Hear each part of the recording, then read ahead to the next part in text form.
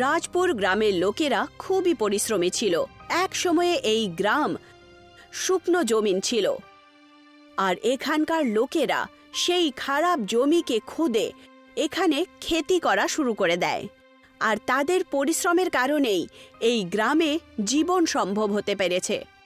আমি ভাবছিলাম যে আমাদের গ্রামের কিছু উন্নতি হওয়া দরকার, যাতে যারা গ্রামে রয়েছে তারা আরও সুখ সুবিধা যাতে পেতে পারে। হ্যাঁ, তুমি একদম ঠিক কথা বলেছো ভাই, কিন্তু সেটা হবে কি করে? আরে আবার কি করে?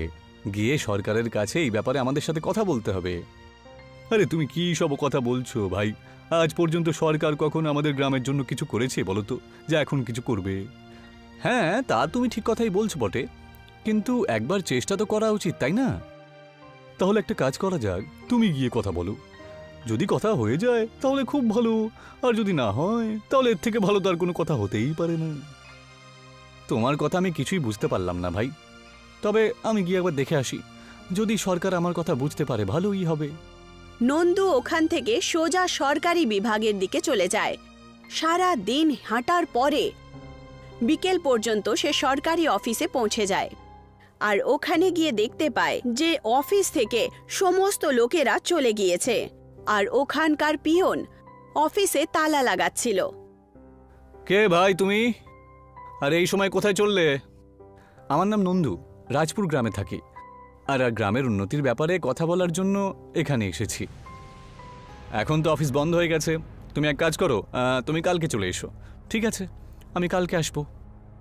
নন্দু ওখান থেকে আবার হেঁটে বাড়ির জন্য রওনা দেয়, আর বাড়ি পৌঁছতে পৌঁছতে তার রাত হয়ে যায়। হেঁটে হেঁটে পাটা আমার ব্যথা হয়ে গেছে, এখন গিয়ে একটু শুয়ে পড়ি, যাতে কালকে সরকারি দপ্তরে যেতে পারি তাড়াতাড়ি। নন্দু সকালের বাসি খাবার খেয়ে ঘুমিয়ে পড়ে, কিন্তু সে আজ খুব ক্লান্ত ছিল, সেই জন্যে সকালে তার ঘুম অনেক দেরিতে খোলে। সে বাইরে এসে দেখতে পায় যে সূর্য মাথার ওপরে চলে এসেছে। আজকে আমার কি হয়ে গেল? আমার ঘুমটাই ভাঙলো না। তাড়াতাড়ি দপ্তরের দিকে রওনা দিই, নাহলে আজকে আবার দেরি করে ফেলবো। নন্দু বিনা খাবার খেয়েই সরকারি অফিসের জন্য বেরিয়ে যায়। সারা দিন খিদে পেটেই হাঁটতে হাঁটতে বিকেল হওয়ার আগে অফিসে পৌঁছে যায়। ওখানে দেখতে পায় যে একজন লেডি অফিস থেকে বাইরে বেরোনোর জন্য আসছেন। আগে আপনি কি এই দপ্তরে কাজ করেন? হ্যাঁ, কেন? আমার নাম নন্দু, রাজপুর গ্রামে থাকি। নন্দু তার আগে কিছু বলতো, তার আগেই সেই লেডি তাকে থামিয়ে দেয় আর বলে, তোমার যাই সমস্যা আছে কাল অফিসে এসে বলো, এখন তো আমি বাড়ি যাচ্ছি। আপনি বাড়ি যাচ্ছেন? কিন্তু এখন অফিসের টাইম তো। কেন যেতে পারবো না বাড়ি? তুমি কি আমাকে আটকানোর জন্যে?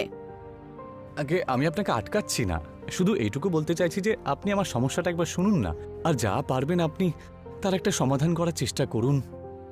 এখন আমি বাড়িতে যাচ্ছি, তুমি কালকে এসো, আমি কাল তোমার সমস্যা শুনে নেব।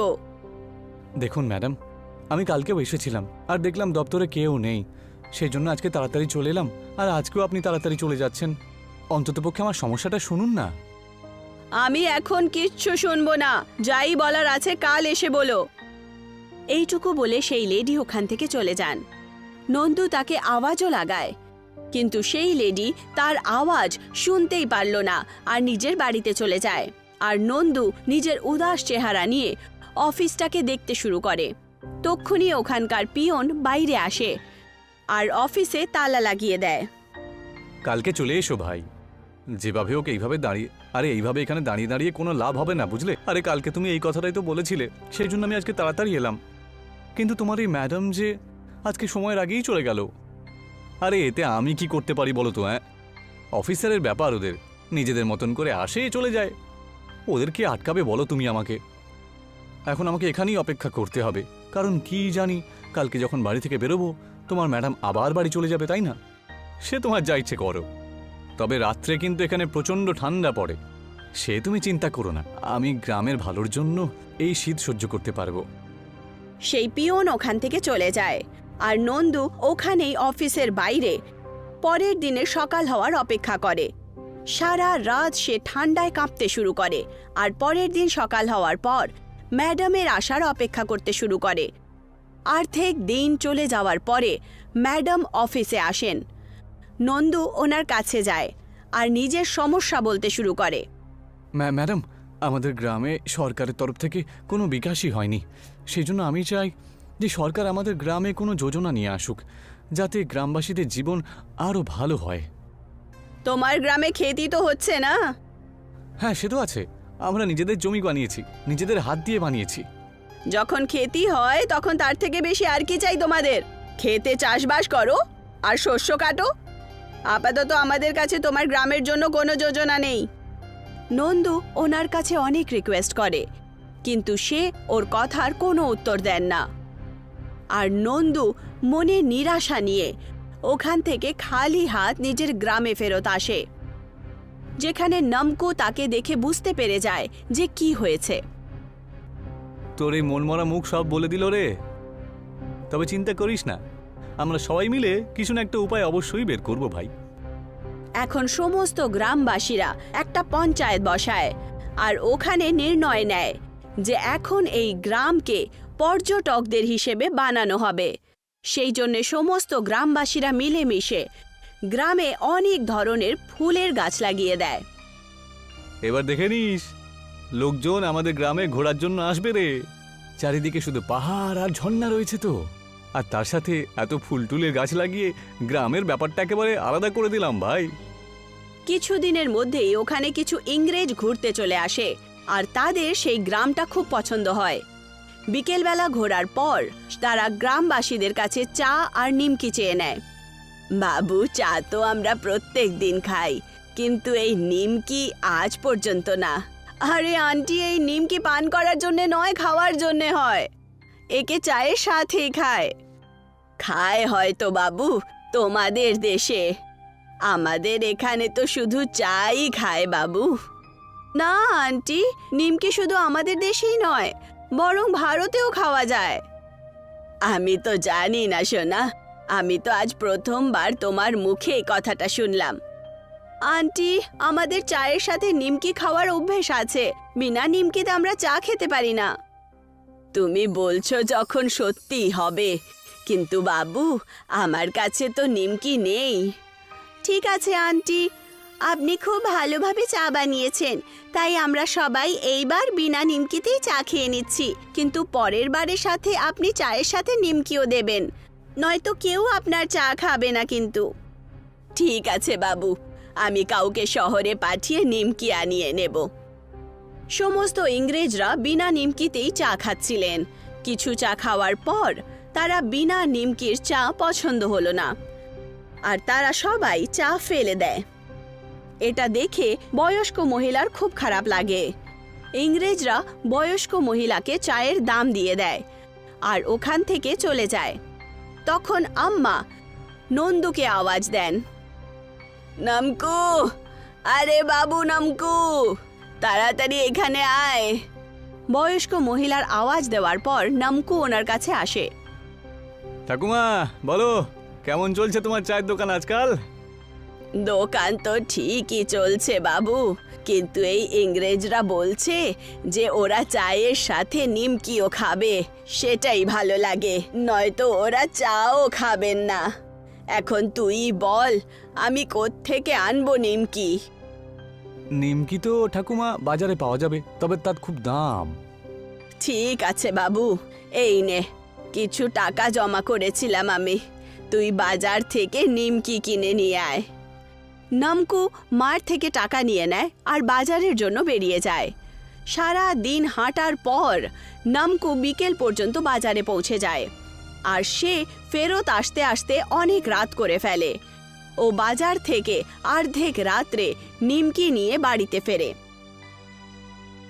অনেক রাত হয়ে গেছে, ঠাকুমা নিশ্চয়ই শুয়ে পড়েছে। কালকে সকালে গিয়ে এই নিমকিগুলো ঠাকুমাকে আমি দিয়ে আসবো। নমকু ঘুমিয়ে পড়ে আর সকাল হওয়ার পর আম্মার কাছে গিয়ে নিমকি আম্মার হাতে দিয়ে দেয়। এই নাও ঠাকুমা, তোমার নিমকি। আম্মা নিমকির প্যাকেটটা নিজের হাতে নিয়ে নেয়। এটা কি নমকু? এটা তো একটুই, তুই আর তোর বাড়ির লোকেরা কি রাত্রে নিমকি খেয়ে ফেলেছিস? না ঠাকুমা, এসব তুমি কি বলছো? তোমার নিমকি আমি কেন খেতে যাব? তুমি যে পয়সা দিয়েছিলে সেই পয়সা দিয়ে আমি নিমকি নিয়ে এসেছি। তাহলে কি তত টাকায় এইটুকুই নিমকি পেলি নাকি? হ্যাঁ ঠাকুমা, আরে নিমকির দাম অনেক বেশি। আরে এক সপ্তাহে তুমি যত পয়সা চা বিক্রি করো না, আরে সেই পয়সা নিমকি দিয়ে মাত্র 2 জন লোককে একবার চায়ের সাথে খাওয়া দেওয়া যাবে, বুঝলে? তাহলে কি আমাকে নিজের চায়ের দোকান বন্ধ করতে হবে? না ঠাকুমা, আমি কোনো উপায় বের করছি, কারণ এই সমস্যাটা সমস্ত গ্রামবাসীদের জন্যই রয়েছে, যাদের যাদের চায়ের দোকান রয়েছে।